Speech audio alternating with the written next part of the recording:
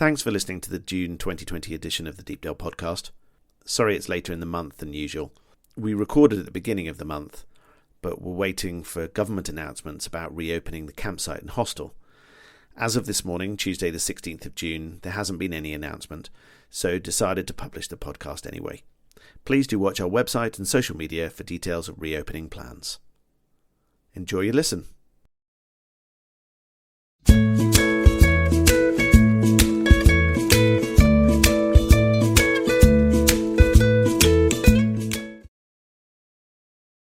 So, hello and welcome to the Deepdale Podcast in June 2020. The world is still a very strange place. Nathan and I are sitting in the sitting room of the Backpackers Hostel because there's nobody else here. It's oh so quiet. Do. I'm so sorry about the singing there. But it doesn't mean that nothing's happening here. It just isn't quite happening in the way that we're used to it happening. The bird life, as you can probably hear, the hedge sparrows are loving the freedom and the lack of people, although they're probably missing the tidbits of bread and other barbecue stuff that's left around for them. But Nathan and I have been getting very excited about things like cover crops and regenerative agriculture and that kind of thing. And so we thought we'd have a chat about that before I introduce you to Simon's top 5. I think it's hammocks this time. His top 5 hammocks. Because in case anybody doesn't know, Simon is a bit of a hammock fan. Hence the fact that we now have a new hammock area. I just have to say at this point, I'm actually shocked to discover that there are even 5 different types of hammock. I think you'll find that Simon says there's a significantly more than 5 types of hammock. Every day you learn something new, don't you? Yeah, there you go. But he is a great advocate of floating above the earth while sleeping. I think is the simple way to describe a hammock. What's not to like about that? Exactly. So what have you been up to, Nathan? Well, there's been plenty going on. We've been irrigating, so we have been putting water onto potatoes and carrots that we have growing out on the farm at the moment, which is occasionally fairly demanding.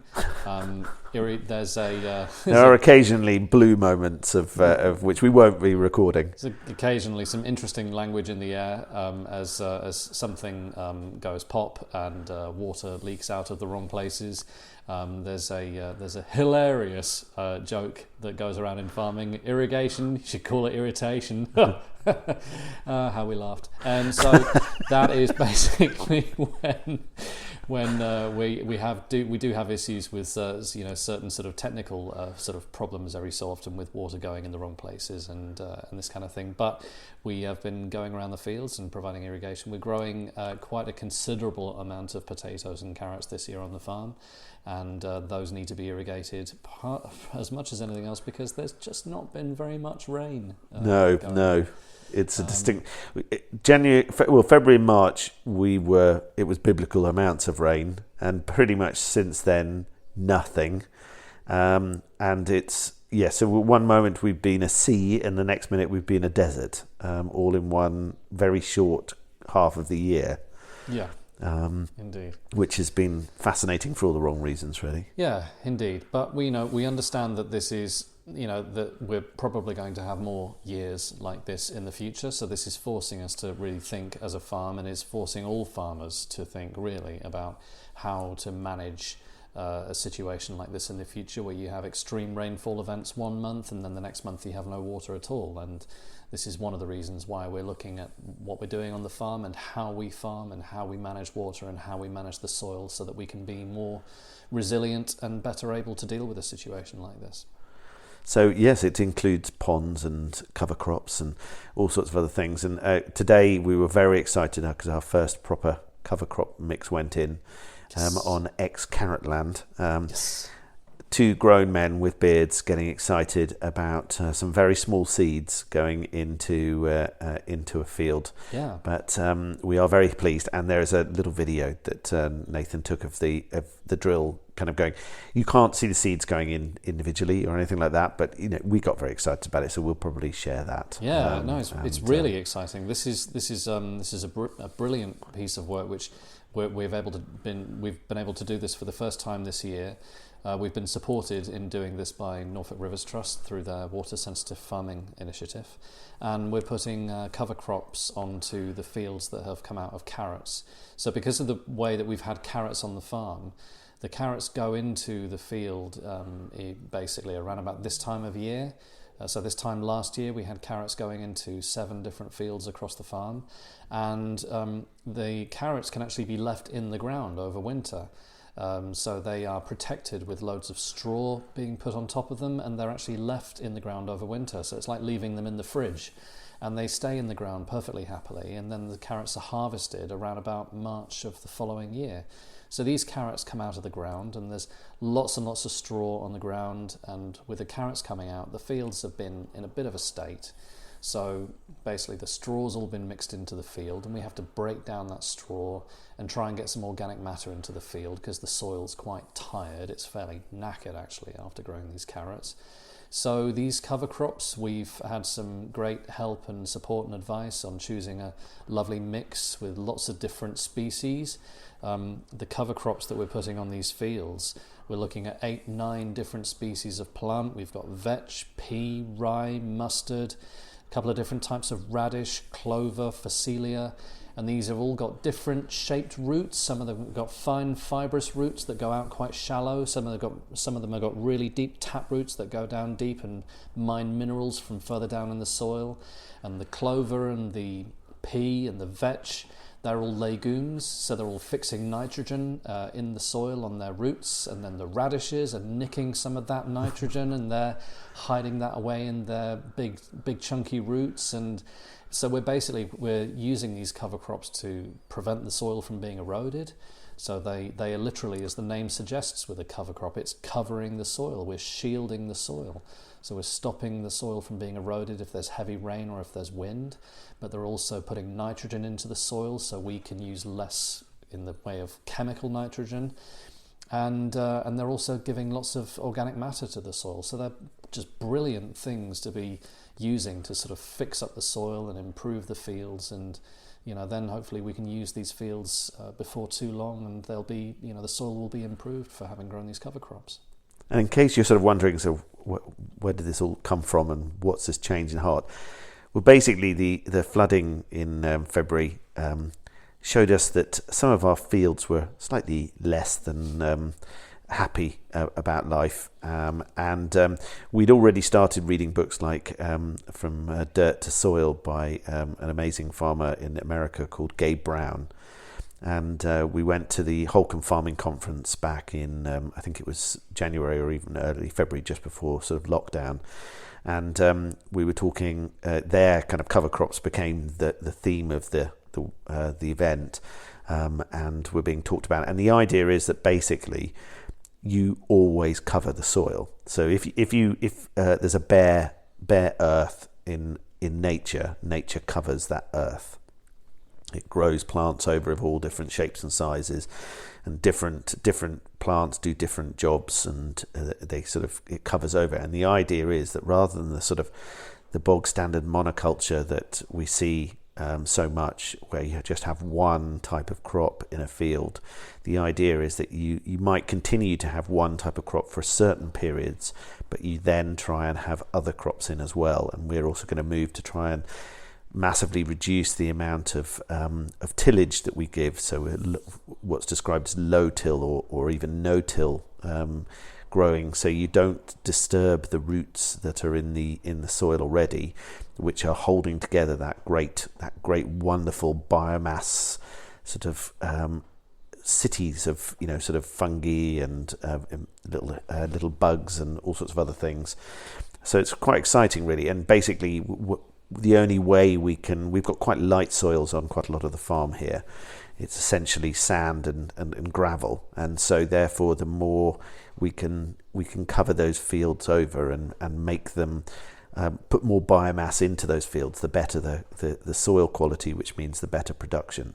And it's something that's become very, very urgent. So that's why we're working on it now. And one of the great things is out of a crisis comes good stuff. So there we were panicking about flooding and all sorts of other stuff back in February, and we'd called in the Norfolk Rivers IDB, the drainage board, to help us design and build some flood defences, and off the back of that they introduced us to some really wonderful people at the Norfolk Rivers Trust that Nathan has had long conversations with, and they're sort of now helping us with a whole range of sort of flood mitigation on a farm, and dealing with wet patches in fields, and talking about ponds and all sorts of other things, which all then fit really nicely with the work that we're doing with FWAG, which is the Farming Wildlife Advisory Group, Norfolk FWAG, which are helping us put together our stewardship scheme for the farm. So all these things sort of start interconnecting, and that all interconnects with the conservation weekends that we do, and the wonderful conservation volunteers that head up here and help us plant trees and hedges, and so it's all sort of interrelated. None of it's standalone. It all adds up, and it's all a big, and the wonderful thing about, for example, these cover crops are doing all this good stuff for the soil. They're adding nitrogen into the soil so we can reduce our dependence on chemical inputs. But the best thing about these cover crops also, for a while when they're up and away, is that we've got things like pea in there, phacelia, clover. It's just going to be bee central. Going to have so many pollinators. It's going to be such a treat. We've got about 60 hectares worth of fields, all going to be basically having all this fantastic pollinator-friendly stuff all over them. So this is a brilliant thing that we can be doing for pollinators, and there are benefits for pollinators, there are benefits for birds. So all of these things are connected to everything that we're doing, and this is, I suppose, one of the things about regenerative agriculture. One of the things about farming more, considering biodiversity, is that this stuff all adds up, and there are always other, more benefits to it. Yeah, and it's we wax lyrical during the conservation weekends about sort of all the sort of stuff that we get done there, and it's Nathan always does his sort of presentation on a Friday evening to all the volunteers about what we're going to be working on that weekend, and sometimes it's sort of him getting very excited about hedges, and other times about ancient woodland, and other times about soil quality. And it the one we did in February, it was soil quality you were talking about, and that has sort of, that learning has really spurred on the changes that we're making here at Deepdale, and the way that we're approaching it, and the fact that the really nice thing was that when we started this, we were thinking, this is a slightly crazy thing, but the farming industry is changing, and so many of the people who have been in the farming industry for a long time are now sort of talking about this regenerative and cover crops and stuff, and it's just so refreshing to hear this complete change of thought process around the whole thing, really. Yeah, there are so many really, really inspirational farmers out there who are doing this stuff, who we're so keen to listen and learn to what these guys are doing, and to share what we're doing. And there's a really sort of really fantastic community because basically I think farmers can get a lot of criticism from people for sort of various different sort of the things that they do or don't do, but actually the farmers really care about the land that they have, care about the land that they manage. And this is one of the things that we really, really hope we'll see in the future with the new agriculture bill, and sort of moving forward into the future, is that farmers are given the support that they need so that they can do all of these amazing things for biodiversity, for birds, for insects, for pollinators, as well as continuing to farm and to be able to do that in a way which is basically done to high standards. So we've been looking at the news recently, and we've been sort of seeing the coverage of what's been going on with the trade bill, and with the potential for there to be a sort of a threat for sort of UK farmers to be undermined by imported products that aren't grown or raised to the same standards as those that are followed by the farmers here. And we hope that farmers in the UK get the help that they need in future. We're amongst them, and that we can continue to do all this good stuff, and that the support is out there and available for us to do it. Sorry, we're both slightly staring out the window because we're really excited, because it actually looks like sort of proper rain is coming down, which is it is so just good. yeah, Cover it's crops lovely. going in today and the rain. It's just, this is amazing. This is so good. We're hoping that it's a little bit for a lot of days, so that the soil doesn't can enjoy it properly and have a proper drink rather than an absolute bath. But it is quite exciting to see the heavens opening, which probably sounds slightly odd, but we have been looking forward to this for a while, and it is very nice. So in some ways, I'm sort of quite pleased there aren't lots of campers who are getting wet, because I feel very sorry for them. But right now, we're very excited about it's raining. And then, I think the nice thing for me is that having developed, started with the farm as the core, and then developed the tourism business around that. The campsites and the hostel and the shops next door and all of that kind of thing. It's really nice to see that we're now managing to do a lot more stuff and got plans for stuff on the farm that's going to work even closer with the things that the diversifications we've done and the tourism related businesses. So it's nice to see how this can all sort of begin to link up. So when you're assuming anybody can stay this summer, we will find out in due course. But if they are, they'll be enjoying these amazing displays that these cover crops will be putting on, and the bird life and the wildlife that will thrive off that. And as we make this a permanent sort of rotating process round the farm, it will be such an amazingly enjoyable view for those who come to stay here. But also there'll be a much wider range of sort of volunteer opportunities for people to get involved with what we're doing on the farm. And we hope that, off the back of all of this stuff that we're doing now, while COVID-19 is stopping everybody from travelling around and coming and staying, that we can begin to put in place a whole lot of stuff so that when you guys can come back to stay, you're able to be more involved if that's what you'd like to be. So there'll be really good opportunities around the farm. We're hoping to talk with, we're already talking with quite a lot of activity organisations to come in and do courses that are related to the land and the woods and that kind of thing.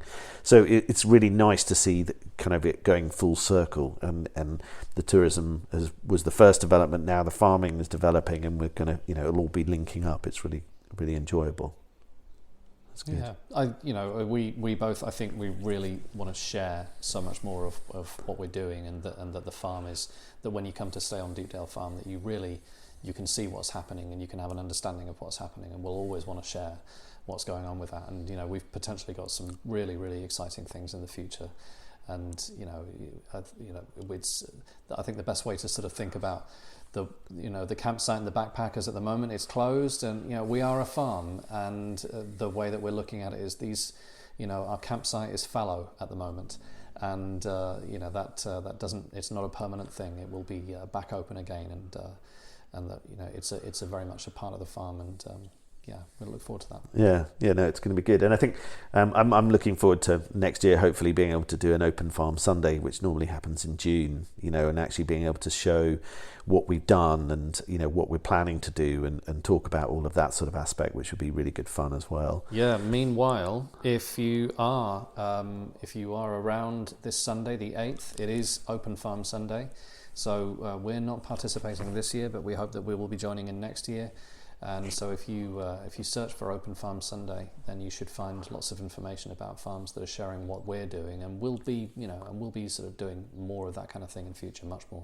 There's some amazing resources being put on actually about farming and food and all that sort of stuff. So if you've got time while you're not having to race backs and forwards to work and stuff, then it is well worth investigating. And if you're trying to find things to do at the weekend with the kids, some of the online resources that have been made available through the NFU and some of those organisations is fantastic. And we will share some links for the Open Farm Sunday stuff. It will be one of our things to do while you can't visit Deepdale collection, which will be good.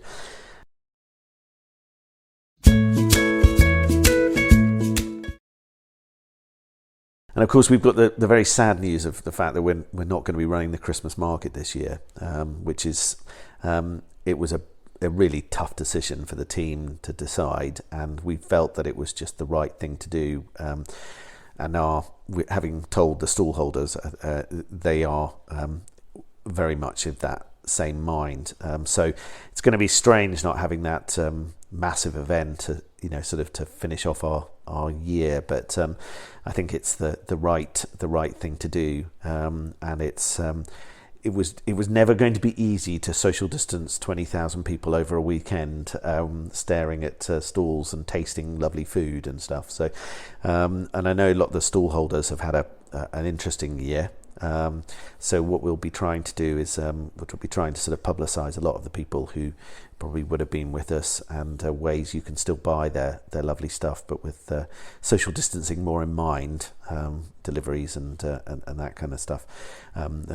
They sell a lot of stuff through local shops, but of course, if you're the other side of the country and you come over, especially to buy stuff from Candy or Elena or one of the many other stallholders, then there are ways still to get hold of your chutneys and your chocolate and your jewellery and all that sort of stuff. So we will keep you in the loop and let you know how to access those.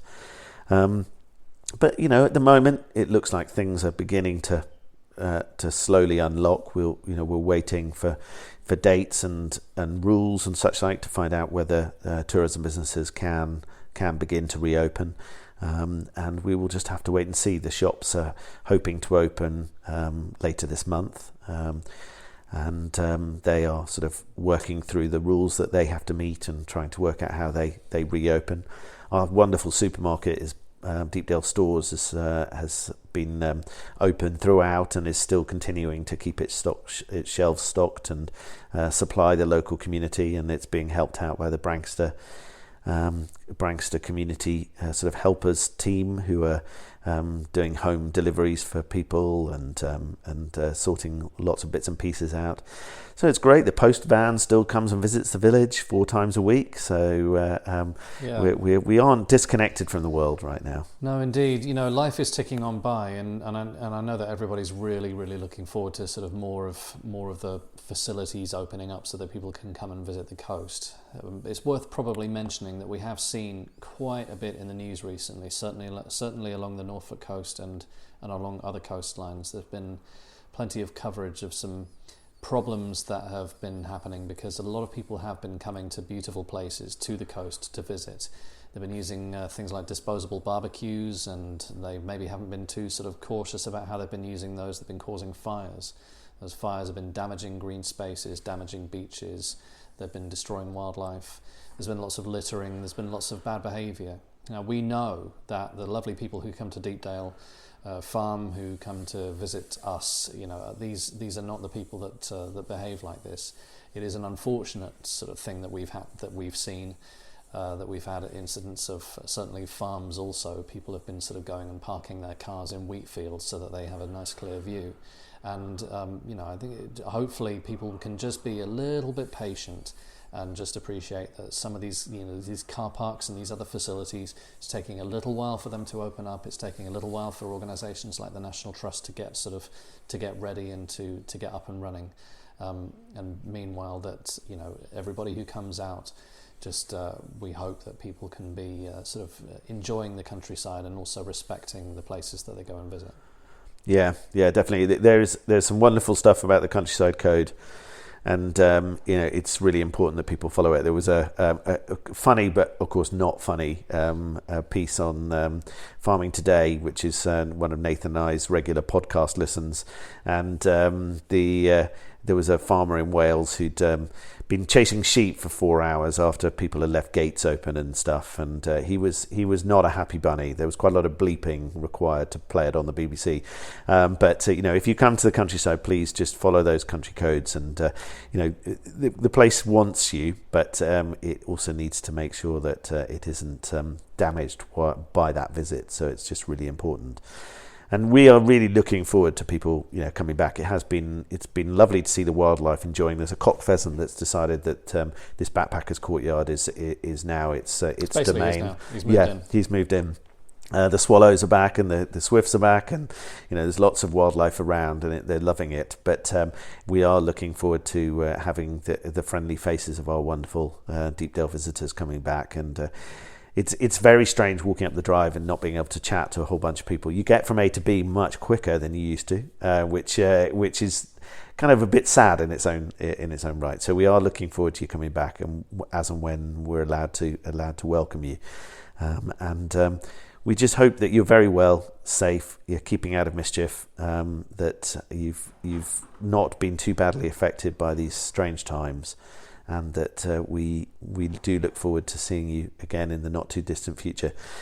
Simon's going to present his top 5 hammocks, as Nathan says he didn't know there were top 5 hammocks, but that's good. We might have a couple of other features bits to slip in, and we'll see you again. We'll talk to you again in July if we don't manage to actually see you, and we hope it's not too long before we're all enjoying a beer in this courtyard, listening to some great music in the Brick Barn.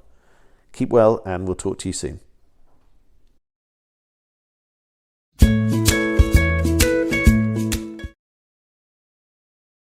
Well, hello, Deepdale podcast listeners. Thanks to Jason inviting me back for more top 5s. I've been racking my brains, and as I'm the guy that stuck some big posts in the ground at Deepdale, and I'm the one that's normally strung between them, swinging about in my hammock, I thought I would run through a quick top 5 in no particular order of some different hammock manufacturers, and some of the stuff they're doing. So I won't hang about, we'll get straight into it. Number 1, of course, is War Bonnet. War Bonnet, very long running hammock manufacturers, and they have a great product out now, the Blackbird XL, or the XLC I think it's called. It's a great hammock. It's 11 feet long, it's of an asymmetric design. It does come with its own foot box, and that's a very high-end hammock for anyone. So if you want to start at the top, get yourself a War Bonnet Blackbird. You'll probably need some extra gear, of course. With all of these, you're gonna need a tarp, and you're gonna need some straps, and you're gonna need some other bits and bobs. But you can find those, watch some videos and find out where you can get the bits and bobs that you need as and when you need it. And of course, ring these people up, give them a phone call, chat to them, tell them, I've got nothing, what do I need? And they will, they'll point you in a good direction. There's a good community of people out there. But that's the War Bonnet. That's up there at the experts level stuff. Down at the bottom, you can get straight into some camping in your hammock quite easily with their Hennessy hammocks. Again, long running company. They do a hammock called the Expedition Classic. Again, that's entry level hammock. It's asymmetrical design again, so you can lie nice and diagonally in the hammock, lie nice and flat. It has a structural ridge line, which basically means you are hanging at the same droop no matter how and where you hang your hammock. It may sound boggling, all this information, but as you watch some videos and learn about hammocking, this all makes perfect sense. Another great hammock is an ENO, Eagle's Nest Outfitters. For England or Scotland, anywhere on the Isles here, I would recommend a hammock with a bug net, especially if you're going to do some overnight hammocking. And of course the jungle nest from Eagle's Nest Outfitters, that does come with a fantastic bug net. Also, another structural ridge line is available on that, and it's a nice wide hammock. It'll hold 300 pounds. Most of these hammocks I'm discussing today will hold 300, some £400. And of course you can get double hammocks, which will hold more. But again, get out there, ring these people up, have a look on their websites, and see what's available out there. There's a huge array of hammocks, hammock designs, and different hammock approaches to the way they've developed their technologies. So do get out there and look up some bits and bobs. Moving on to another hammock, it's got to be the Grand Trunk. Now this is a new firm new to me, Grand Trunk, and they've got a brilliant hammock called the Skeeter Beater, of course with a bug net, a very capable bug net I'm reading, so might be one to look out for, and that'll hold up to £400. It's a 10.5 foot long hammock, so quite versatile. One thing I noticed on their website there is that they're offering a lifetime guarantee, which is amazing. So definitely someone to keep an eye on is the Grand Trunk Skeeter Beater. I'll be keeping an eye on them myself. Currently, you may want to know what I'm using. I'm using Old Faithful, which is a DD Hammocks Frontline. It's a really versatile hammock. I believe it's 10 feet long. It might be a 9 foot hammock, so I can always find somewhere to hang it. And along with the DD tarp and some whoopie slings, it's a fantastic hammock. It's got a bug net. It's double lined, so you can slip a thermal pad under there, or what I like to do is put one of those space blankets under there. That works quite well, reflects the heat back into the hammock. Speaking of keeping heat in hammocks overnight, of course an under blanket is essential, and the DD hammock does come with little attachment points for under blankets. I can't recommend them enough. In the UK you lose a lot of heat through the back of the hammock, or the underneath of the hammock, overnight, and if you can insulate that with a blanket with a little air gap, it does make all the difference. So they're my top 5 hammocks, and the jargon filled information that goes along with them. So in no particular order, of course, the DD Frontline, the War Bonnet Blackbird, or the Blackbird XLC.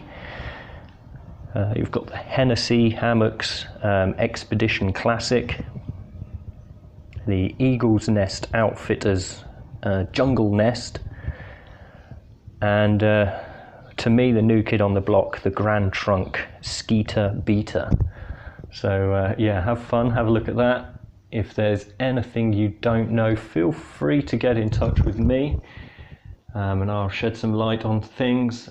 Or of course, get in touch with the manufacturers, get on the forums, ask.